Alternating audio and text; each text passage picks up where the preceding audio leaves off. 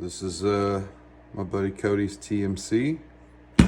We got the Tech T, whatever the fuck you want to call them, spring kit, and some of the foam blue ball tints, which are way better than the stock ones.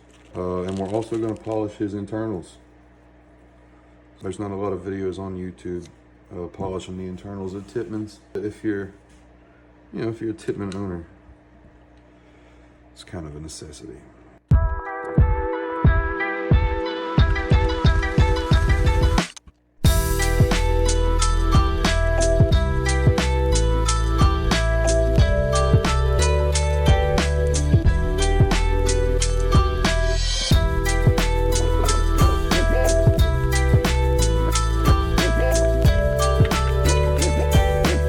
Come apart, bitch. There she is, in all of her glory.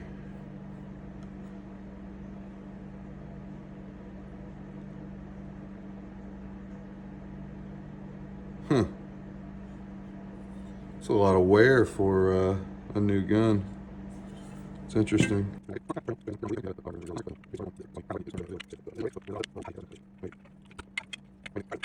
All right.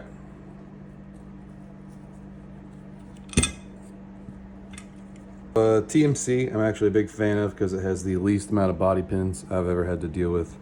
On a Tippmann marker, if you take apart an Alpha Black or a 98 Custom, Jesus fucking Christ. See these silver pins? You've got this one like dark pin here. This pin is like hardened, or for the sear only. Because obviously this one takes the most stress, so this is a hardened pin. If you put one of these silver pins in your sear, it will break the pin and your gun will malfunction. And I've done that before. Yeah, so learn from my mistakes. Anyway, and I'm going to, at this point, pause the video and go wash Cody's marker in a sink full of Dawn, just to get any kind of grease or anything off of it. Like this little bit of lube that someone tried to put in there. We'll get all that off, and we're gonna come back with the brass brush and start polishing. We just got back out of the sink. A little bit of wear here. And that's interesting to me. Look at all the wear here in the hammer well, because Cody just got this gun. It's a mag-fed gun, so he didn't fire it a lot, right? He just got this thing. He probably shot it. He bought 500 balls that day, and I guarantee he didn't shoot them all. And have this amount of wear back here where the hammer is, not a big fan of that personally. So it's a whole nother reason to polish this thing. But it just kind of goes to show you Tippmann doesn't really lube these things all that well from the factory. We'll talk about the spring kit that he chose. Is the Hardcore Tuner Deluxe spring kit from Tech. 5 drive springs from weakest to strongest here. The light silver spring, and then you've got the green one, which is a little bit heavier than that one. The blue one, which is just a little bit lighter than the stock spring, and then the black one is a little bit heavier than stock. The red one is even heavier than that, and then this one right here is the strongest spring that you can probably find for a Tippmann 98 right now, or any Tippmann product. It's actually the spring that Tech sells with their zero kick hammer. Increases the velocity quite a bit, adds more mechanical oomph to your shot, so you don't have to use as much air if you're trying to get a little more air efficiency. Anyway, we'll get to this eventually. I just kind of wanted to cover this before. Okay, now the fun part. We're going to take our cheap Harbor Freight rotary tool. This is actually Dylan's. Eye protection. You can wear your shot glasses or whatever. But pretty much all I'm going to do is polish the parts where there's going to be movement. So in here, where the bolt's going to move, valve sits here, so I'm not going to do any in here. Do some polishing back here where the hammer slides, and I may just do some touch-ups in here where the trigger well sits, or where the trigger mechanism, this is here, the trigger mechanism sits. You'll notice in Caleb's marker, if you see pictures of it, I start.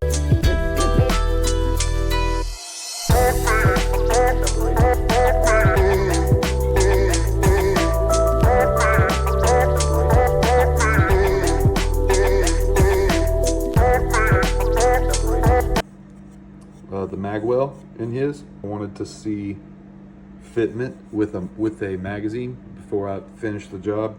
And after putting magazines in there, we decided that we weren't going to do the magwells. May end up doing it in the future if you're trying to get like a, I don't know, a quicker mag change or whatever. That less friction is going to be nice. And that's really all we're trying to achieve here, is less friction during the cycling of the marker. It'll increase the consistency, increase the longevity. They do this from the factory, obviously, because it would cost a lot more money if they had to stop and polish the inside of every single one of these. Preferably you would want a Dremel, and one that's good. This is just a prime example of what you can achieve with dog shit tools.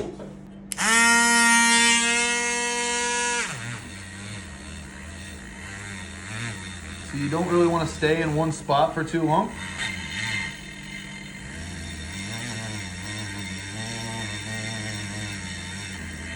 I just try to keep it moving, always oscillating. We've probably polished 9 or 10 Tippmanns with this particular Harbor Freight tool right now that Dylan bought for $9. You don't want to be really removing a whole lot of material. We're really just polishing.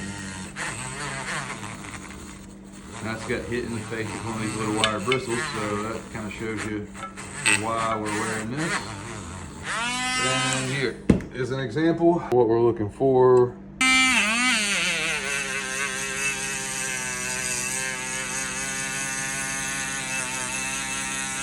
Let's took another wire bristle to the face there from fucking wearing this mask. Boom. There we go. And that is a polished hammer wheel. Okay?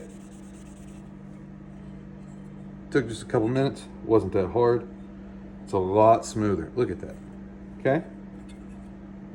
Well, which one do you think the bolt or the hammer is going to glide in better? You know, which one's going to cause less resistance?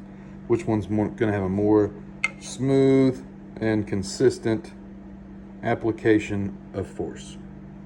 Probably the one that has less friction, right? Probably the one that's a little more polished. Let's keep going.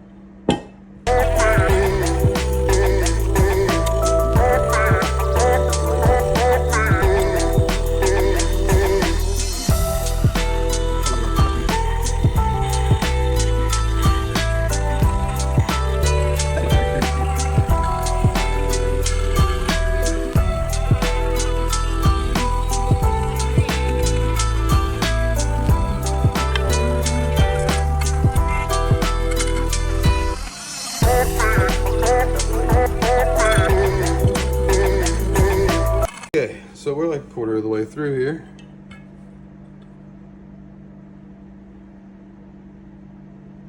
We'll just keep on trucking.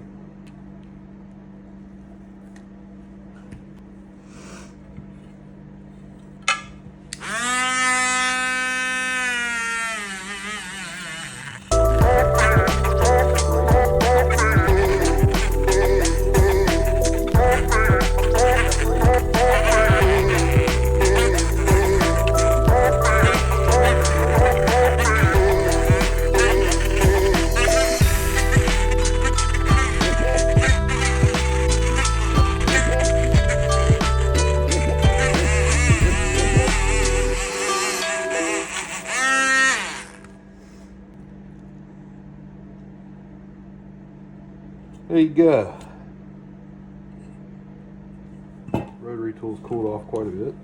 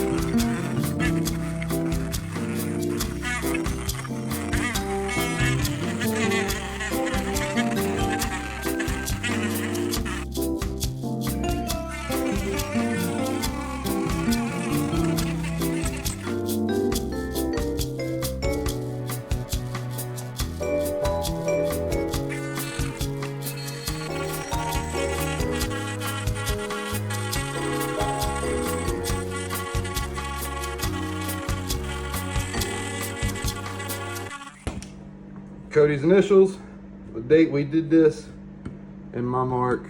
That way these guns will be firing along after I'm dead, honestly, you know? So it's just a little something I can leave on the earth. Every one that I've ever worked on has one of those in it. So if you take a Tippmann apart somewhere, I haven't touched one from November of last year until probably 2008 was the last time I touched one. So, but they're probably out there. Anyway, back to the sink for a final scrub. And then it's assembly turned. We're ready for assembly.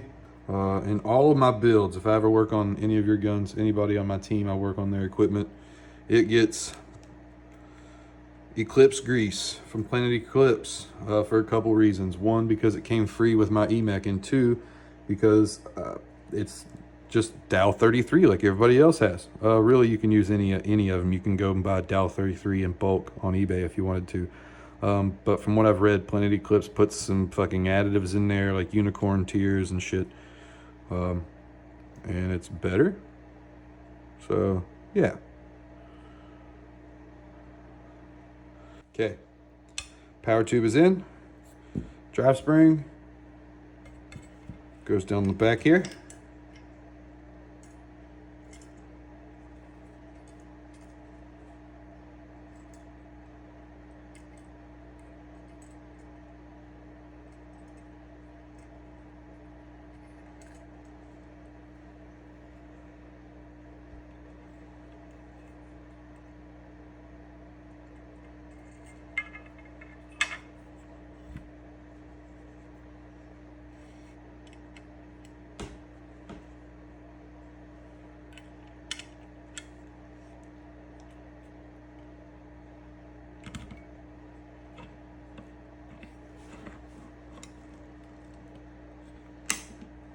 Boom. Okay, so we got that little Delrin washer in there, which I'm going to edit out me forgetting to do earlier. And then you just kind of got to get a little gap there, fit that on, set her in there. Make sure that's on there good and tight. You know what I mean? Could be a leak there. I heard the O-ring snap, so we're actually pretty good. Okay. This weird bobby pin. The pin that the sear rests upon, and then our upgraded lighter trigger spring. You really should save yourself a lot of headache and put the trigger on before you do all this. But you know what? I live for danger. Boom. Here's our lighter spring. I always try to put it on the nub first and slide the bitch in there. And that's going to be nice and light. Yeah, it goes on like this.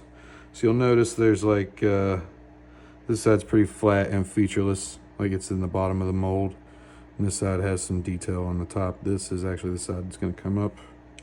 That's usually how I remember on this TMC. And this is the rod I'm talking about here. This is the connecting rod that goes over top of your power tube here. And I've been thinking about trying to make a shorter one of these out of like coat hanger and messing with it. I'll do that with Kevin's gun probably tonight or tomorrow. I don't know. I still have my gun I've yet to really work on too much. I need to do a couple things on my EMAC still.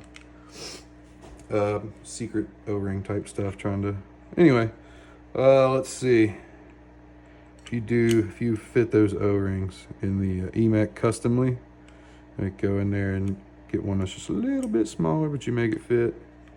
You can do some really cool rate of fire stuff with them. I've been looking, I haven't actually done it. I'm gonna experiment with it tonight. This is so nice.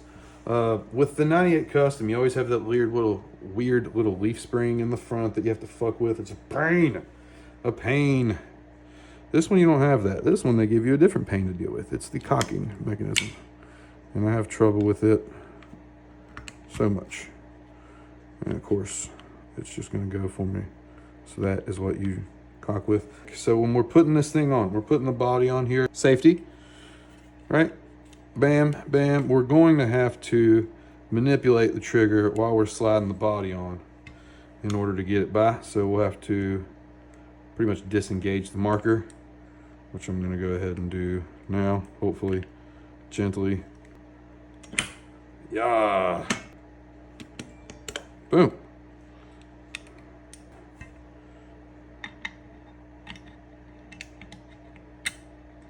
Yeah, see, that's what happens right there.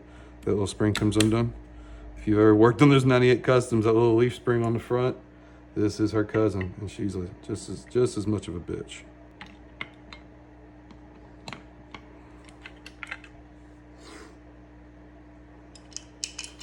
Mag release is such a bitch.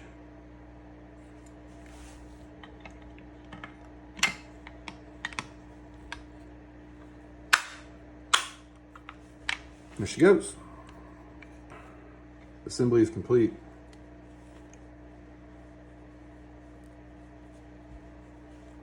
Hopefully, for fuck's sake, mate. Another cool thing about these Tippmanns is they will let you know if the wrong screw is in, because it'll stick out the other side.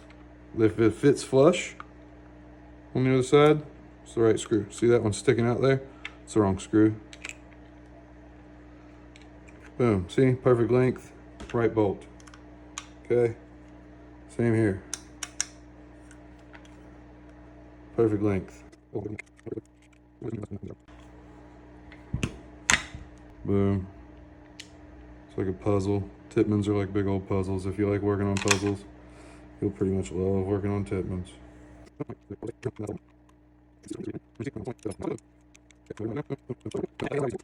He also asked me to do the no rattle electric tape mod I just remembered for his shroud. So I gotta find where it sits.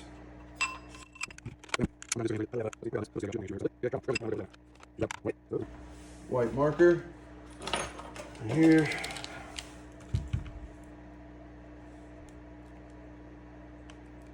Right here.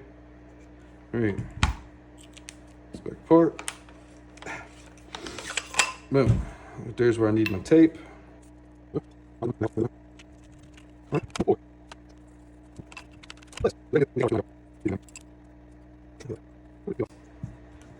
See where we're at. Still too much? No. It's a lot tighter. Here she goes.